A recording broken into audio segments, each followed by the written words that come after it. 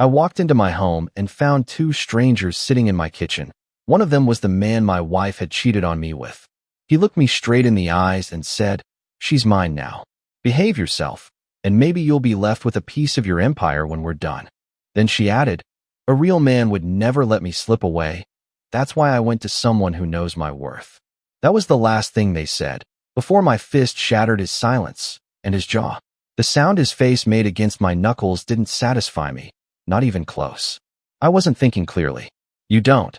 When your heart caves in from the weight of betrayal and the woman you've loved for 8 years spits on everything you built together. Her name's Alyssa. Mine's Ethan Walker. And that man she brought into my kitchen like a trophy? Damon Price.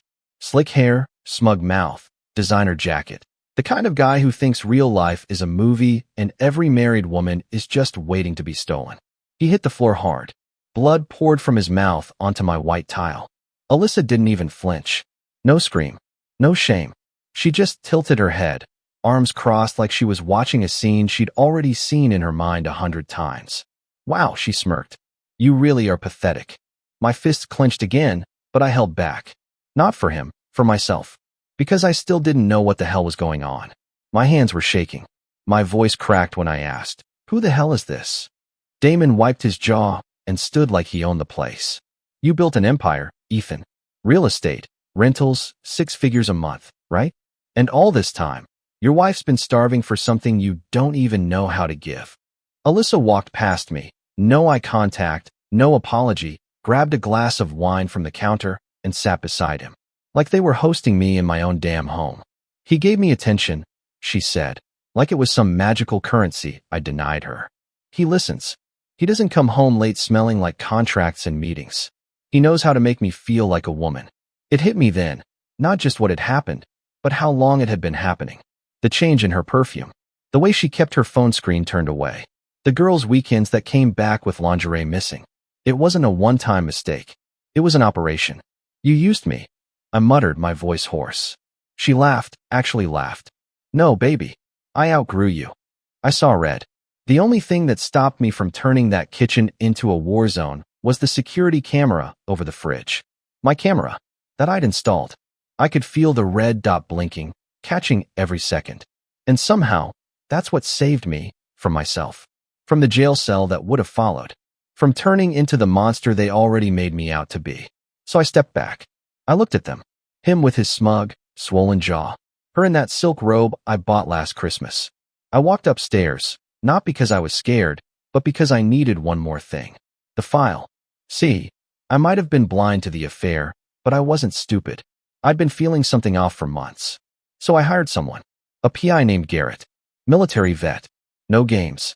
He gave me photos, locations, timestamps, even audio. She thought I was busy closing a deal in Houston. I was watching her walk into a penthouse with Damon on my phone screen. I came back downstairs. Alyssa looked up from her wine.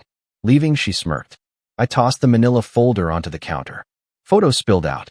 Her bent over a balcony. Him shirtless, holding her from behind. A hotel bill with her signature. Audio clip playing on loop. He's clueless, Damon. Ethan would never suspect a thing. Silence. Her face twisted, not into guilt, into rage. "You were spying on me? You were King him." I snapped. "No," Damon said, stepping forward. "She was choosing me. That was it. The dam broke." I turned, walked toward the door, and stopped. "You two want this house," I said, opening the front door. "Fine. Keep it.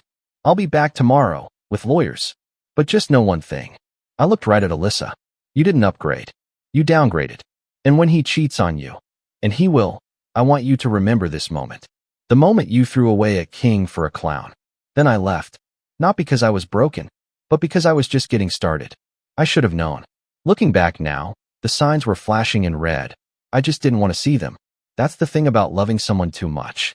You convince yourself that the lies are misunderstandings, that the distance is just stress, and that the cold stares are just bad moods. The first time I noticed something was wrong was 6 months ago. Alyssa came home late from what she called a girls' spa retreat.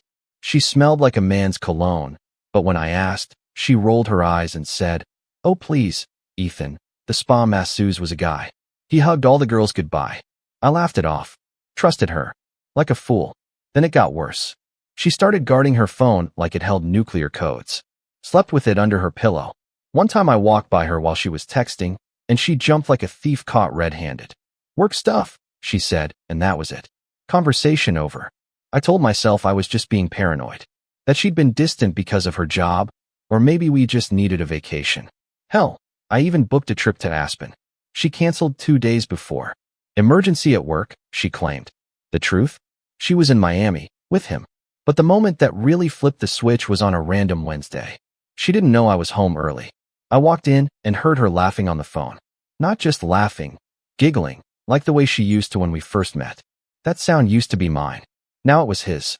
I stayed quiet, hidden just around the corner. I told him I'm at the gym, she whispered. No, he still has no idea. Honestly, I don't even feel bad. He's just boring now. Like, he's sweet, but I need more than just being provided for, you know? My throat closed. My ears rang. I stood there frozen, trying to process what I'd just heard. But I didn't confront her that day. Something in me wanted proof. Cold, undeniable evidence. So I waited. And I watched. I started noticing how often she picked fights with me over nothing. She'd say I didn't look at her the way I used to. That I was emotionally unavailable. It was textbook deflection. She was already gone, just looking for a reason to blame me when she walked out. That's when I hired Garrett, the PI. Quiet guy, ex-military, didn't ask many questions. 2 days later, he texted me. You're going to want to see this in person. He showed me pictures that made my stomach turn. Alyssa in lingerie, standing on a hotel balcony in downtown LA, with Damon's arms around her waist. Another one of them having dinner, her hand on his leg under the table. I asked Garrett how long this had been going on. He said his best guess? 3 months, minimum. Probably more. The worst part? I recognized the restaurant. It was the same one I proposed to her in. They were mocking my memories. I didn't sleep that night. I just sat in the living room, staring at those photos. I thought about the life we built. The apartment I remodeled with my own hands. The late nights I worked so she could have her dream job. I remembered holding her when her father died, how she sobbed into my chest and said, "You're all I have left." And now she was giving herself to another man like none of it meant a thing. I couldn't cry. I was too angry to cry. Instead, I planned. The next morning, I left a note on the kitchen table, meeting at 3 p.m. Big investment opportunity. Don't be late. It was bait. I made sure I'd be the one who walked through that front door at 2:45. And sure enough, there they were, already inside, sipping wine like they owned the place. That wasn't just betrayal. It was war. I didn't sleep the night before. I couldn't. Every time I closed my eyes, I saw Alyssa's face. Not the one I married, but the one I saw in those photos. Cold. Calculating. Gone. So when I walked into my own house and saw her sitting at the kitchen island with Damon, acting like they'd already moved in, something inside me broke loose. The man had his feet up on my counter, sipping wine from my glass. Alyssa? She was wearing the silk robe I gave her on our 5th anniversary, like some twisted trophy. "You're early," she said, not even looking up. Was hoping to finish this bottle before the fireworks. Damon chuckled beside her. That's when the tension snapped, and I shattered his jaw with one clean punch. The bottle of wine tipped, red staining the marble like fresh blood. Alyssa didn't scream. She didn't even flinch. She just stared at me with this disgusted look, like I was the one who broke our vows. "Real classy, Ethan," she said. "That temper of yours? That's why I left you." "I'm still your husband," I growled. "Not anymore," she said, crossing her legs.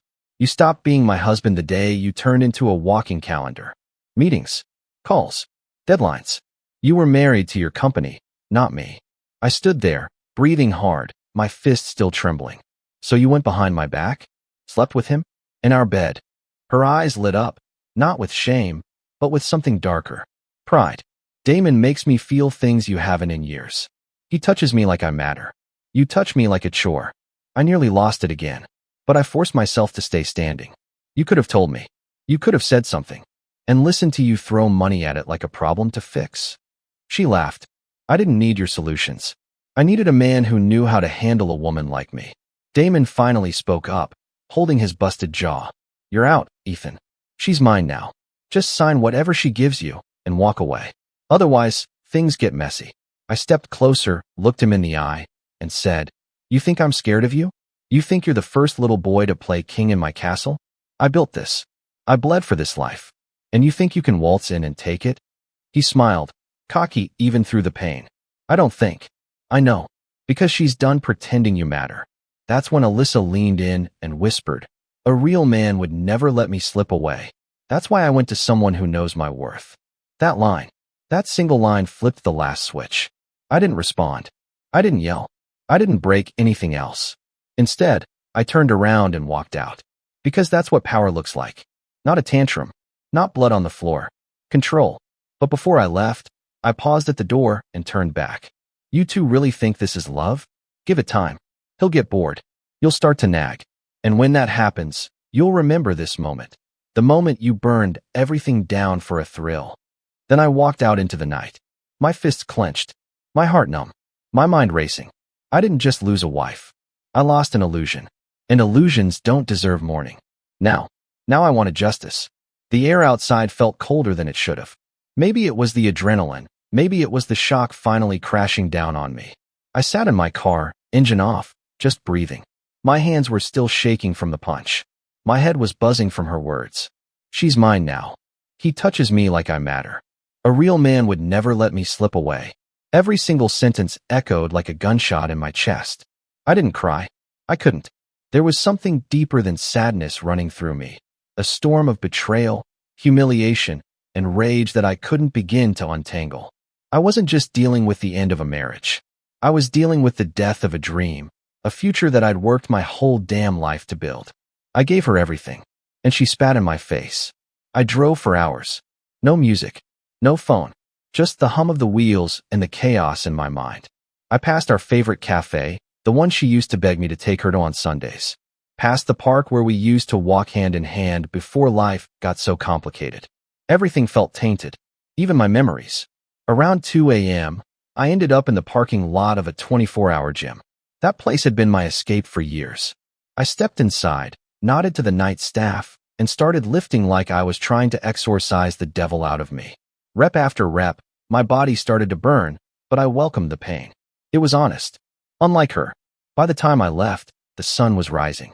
I sat on the edge of my trunk, drenched in sweat, when my phone buzzed. A message from her. Alyssa, we need to talk. Don't do anything stupid. Just sign the documents, and let's move on. No, I'm sorry. No explanation. No hint of remorse. Just instructions. Like I was a problem she needed to check off a list. I stared at that message for a full minute. Then I deleted it. When I finally got back to my condo, the one I kept under my name long before marriage, I collapsed onto the couch and stared at the ceiling. The silence was deafening. No clinking of wine glasses. No footsteps in heels. No fake apologies. And that's when it hit me. I didn't miss her. I missed the woman I thought she was. The girl I met at the rooftop party in Manhattan. The one who made me laugh until my ribs hurt. The one who kissed me like the world was ending. That woman didn't exist anymore. Maybe she never did. A knock on the door snapped me out of my spiral. It was Garrett, the PI. He handed me an envelope without a word. Inside were more photos, different angles, different times. Alyssa and Damon at a car dealership. Damon signing something under her name. Alyssa handing him a manila envelope. What's this? I asked. Garrett pulled out his phone. I got curious after you told me how confident he was. Turns out, Damon has a record. Fraud. Identity theft. Money laundering. And your wife? She's transferring property under joint ownership to an LLC registered under his name. My blood ran cold. They weren't just having an affair. They were robbing me blind. I felt something inside me shift, some dark, sharp part of me that had been dormant for years. I looked up at Garrett. Can you prove all of this? He nodded once. Good, I said, standing tall. Because now it wasn't about heartbreak. It was about revenge. Revenge is a dish best served cold. And mine was going to be ice cold, calculated, and humiliating. Alyssa and Damon thought they were smarter than me, that I'd just roll over, sign the divorce papers, and hand over half of everything I built. But they underestimated the man who spent a decade building an empire from scratch. The first thing I did was call my lawyer, Rachel Monroe, a shark in heels. I didn't give her the full story, just told her I had a possible case of fraud and needed airtight protection on all assets. Within 2 hours, she had temporary holds placed on all shared accounts and assets pending a full investigation. Don't worry, she said. They won't know until it's too late. That's exactly what I wanted. While Rachel did her thing in court, I planned something else, something personal. Alyssa had always been obsessed with her birthday. She loved the attention, the parties, the photo shoots, the social media validation. This year, she had a big one planned, a rooftop event with all our mutual friends, family, and business associates. She didn't know I'd been quietly invited. After all, half the people still didn't know what she'd done, and I wanted them to find out in the most unforgettable way possible. Garrett had already gathered everything I needed: photos, videos, financial transfers, even audio from a hidden mic he'd placed in Damon's car. Turns out, Damon wasn't just cocky, he was careless. He talked about their plans out loud, laughed about how easy I was to fool, and even mentioned forging Alyssa's signature on real estate docs. So I had an idea. A wicked one. I booked a private videographer under the guise of doing a surprise birthday tribute for Alyssa from the husband who still cares. I told him I'd send all the files to edit into a short video. What he didn't know was that it wasn't going to be a tribute. It was going to be a reveal. The day of the party came, and I stayed low. Alyssa texted me once, probably out of politeness or habit. "You're not coming, right? Let's not make it awkward." I didn't respond. She thought I was sulking, hiding. She had no clue I was already 5 steps ahead. When the sun set, the rooftop sparkled with lights. Champagne glasses clinked. Music played. Everyone was dressed to kill. Alyssa wore a crimson dress that hugged her body like it was painted on. Damon, standing next to her, wore a smug grin, like a man who thought he'd won. The videographer set up the projector just after the cake. Alyssa clapped her hands, grinning. "A surprise?" she giggled. "Ethan must have sent me something cheesy. Maybe he's finally growing up." The video started with old photos of us, weddings, vacations, smiles. Soft music in the background. Her eyes misted up a bit. Damon chuckled. Then the footage shifted. Photos of her and Damon kissing in hotel rooms. A recording played. "He's clueless, Damon. Ethan would never suspect a thing." Gasps echoed across the rooftop. Some people stood. Some whispered. Then came Garrett's footage, audio of Damon laughing, saying, "She's gonna sign over the duplex next. Once that's in my name, I'll cut her loose." Alyssa's face drained of all color. Damon looked like he'd seen a ghost. And then the final blow, a screen with bold text. "Happy birthday, Alyssa. Here's what you mean to the man you chose. Lawyers will be in touch." Silence. Then chaos. She stormed off, heels clacking, yelling at Damon. He tried to grab her arm, but she slapped him. People were recording. Their perfect fantasy was burning down in front of everyone they knew. And I watched it all from a nearby building, drink in hand, smiling like the devil himself. That was the first night I slept like a baby. The morning after the party, headlines started spreading across local social pages. "Birthday bash gone wrong. Real estate power couple implodes on camera." The video went viral in our circle. Mutual friends stopped answering her calls. Her sister texted me to say, "I'm sorry, Ethan. I didn't know it was that bad." Even her mother, who once told me I wasn't good enough for Alyssa, called and apologized.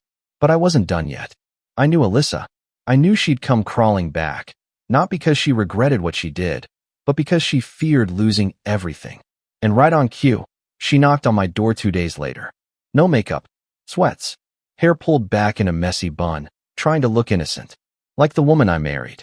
"Can we talk?" she asked, clutching her purse like it held her last ounce of dignity. I opened the door wide and stepped aside. "You've got 5 minutes." She walked in like it still belonged to her, eyes darting across the room like she was remembering the life she destroyed. She sat on the couch and folded her hands on her lap, rehearsed. "Ethan, I messed up. I didn't speak. I got caught up in something stupid. Damon, he manipulated me. He promised things. Said you were too cold, too distant. And I believed him because I was lonely." She paused, hoping I'd say something. I didn't. She kept going. "You were always working. I needed more. I needed to feel alive." I raised an eyebrow.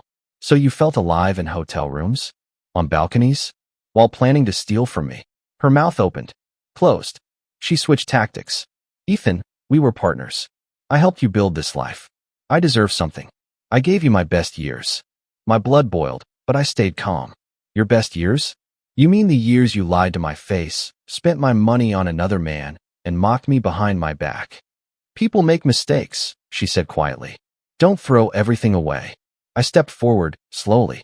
A mistake is forgetting our anniversary. A mistake is saying something hurtful during a fight. What you did was a betrayal, a scheme. And now that the fantasy fell apart, you come crawling back, hoping I'll save you. Tears welled up in her eyes, but I didn't see sadness. I saw desperation, fear, regret not for what she did, but for being caught. I'm sorry, she whispered.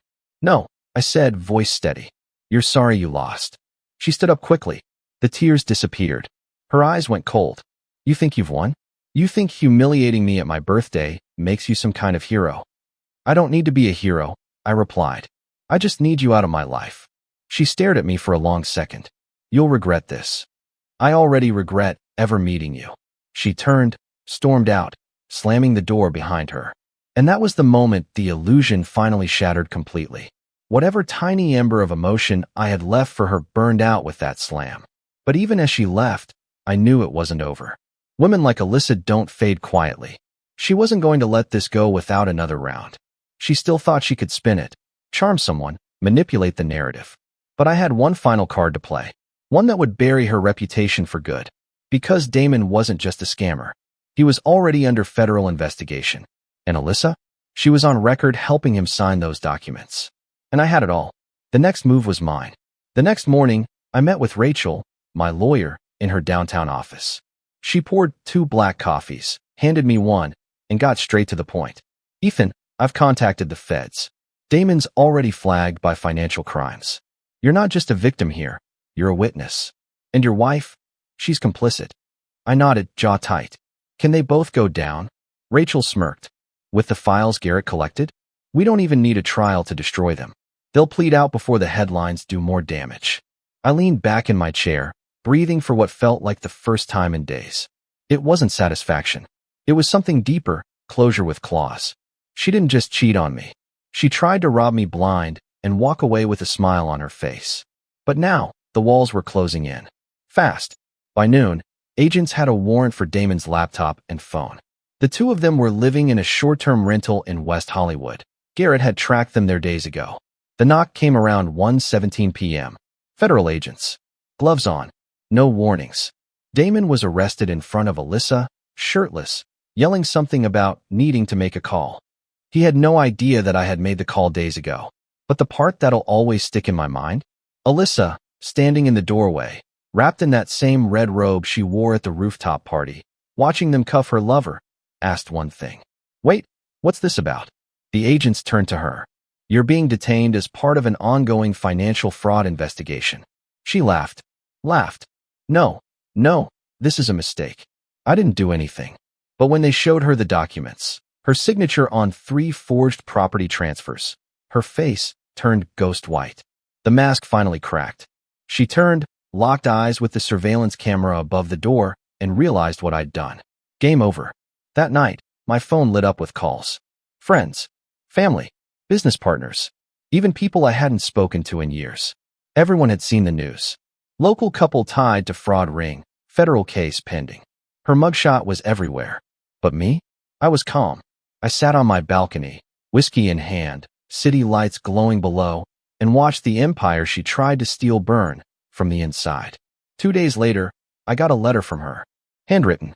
Like that somehow made it more personal. Ethan, I don't know what's left to say. I made mistakes, huge ones. But you didn't have to ruin me like this. I was scared, I was stupid, and yes, I was selfish. Damon promised me everything. But now I see, he was just using me. Maybe we both were. I'll probably never get to explain this in person. But if there's any part of you that remembers who I was before all this, I hope you know I loved you. I just didn't love who I became with you. Goodbye. Alyssa. I read it once, then set it on fire. Not out of hate, but out of necessity. Some things need to be burned to ensure they never come back. I never replied. Never visited her. Last I heard, she was negotiating a plea. Damon's trying to flip on bigger names in exchange for a deal. Typical coward. And me? I moved into a new place. Sleek. Minimalist. No memories. No red robes or broken promises. But I did keep one thing from our old life. A single photo of me, standing alone at the Aspen chalet we never got to visit together. I keep it not because of her, but as a reminder. I survived, and I rose higher. without her. But her final act wasn't done yet. Because just when I thought she was out of my life forever, she came back. It was nearly 6 months after everything fell apart. 6 months of silence, of peace, of rebuilding. My life was quieter now. Clean. My business was back on track, stronger than ever, and I had cut every toxic thread she ever weaved into it. I had just returned from a weekend in Napa, my first real vacation in years, when I saw it. A letter. No return address. Just my name, in handwriting I knew too well. I considered tossing it, shredding it without opening. But something in me wanted to see what game she thought she could still play. Inside was a single page. Ethan, I know I don't deserve your attention, but I need one last thing. Just hear me out. I'm not asking for forgiveness. I'm asking for a meeting. 1 hour. In person. No tricks. No cameras. Just the truth. Alyssa, there was an address. A cafe in Pasadena. Neutral ground. I stared at the note for a long time, weighing the risk. She had nothing left to take. Not legally, not financially, not emotionally. But curiosity? That was the one thing she still owned in me. I needed to see what remained of her. Maybe I just wanted to make sure she was really broken. I went. The cafe was quiet. Soft jazz playing, a few people sipping lattes in the corner. I spotted her immediately, sitting by the window, hands around a mug, looking nothing like the woman I once knew. No makeup, hair tied back, eyes tired. Not from lack of sleep, from life crashing down around her. Her confidence, her seduction, her venom, it was all gone. Ethan, she said softly when I sat down. Make it quick, I replied, leaning back, watching her with a blank stare. She nodded, then reached into her purse and pulled out something that stopped my breath cold. A positive pregnancy test. Silence. Then her voice, small, shaking. It's yours. My brain didn't register the words at first. I blinked, stared, waited for her to crack that evil smile and reveal the lie. But her eyes, they weren't manipulating. They were afraid. I found out after everything happened, she said. I was going to disappear, start over, do something with my life, and then this happened. I don't want money. I don't even want forgiveness. I just thought you deserved to know. I sat there frozen. Every instinct in me screamed, don't trust her. This was Alyssa, the woman who lied, cheated, betrayed, and schemed her way through my life. But this wasn't part of the script. How do I even know it's mine? I asked coldly. Her lips trembled. We weren't intimate after you found out about Damon. You remember that. It had to have been from before, just before it all exploded. You expect me to believe you now? No, she whispered. I don't expect anything. I just couldn't live with not telling you. I exhaled slowly, trying to feel something, anything. Anger, joy, fear. But all I felt was a numb confusion, a weight in my chest that I didn't know what to do with. What do you want from me? I asked. She shook her head. Nothing. I'll raise it alone if I have to. I know I don't deserve to ask for your help. I stood. You're right. You don't. I dropped a card on the table. My lawyer's number. Tell her everything. She'll get a test ordered. If it's mine, I'll do what's right. Not for you, but for the child. But understand this, Alyssa. I leaned in closer. You don't get a second act in my story. You're a chapter that ended with fire. Then I walked out. And for the first time since this nightmare began, I wasn't looking back. Not at her. Not at the past. Just forward. To whatever the hell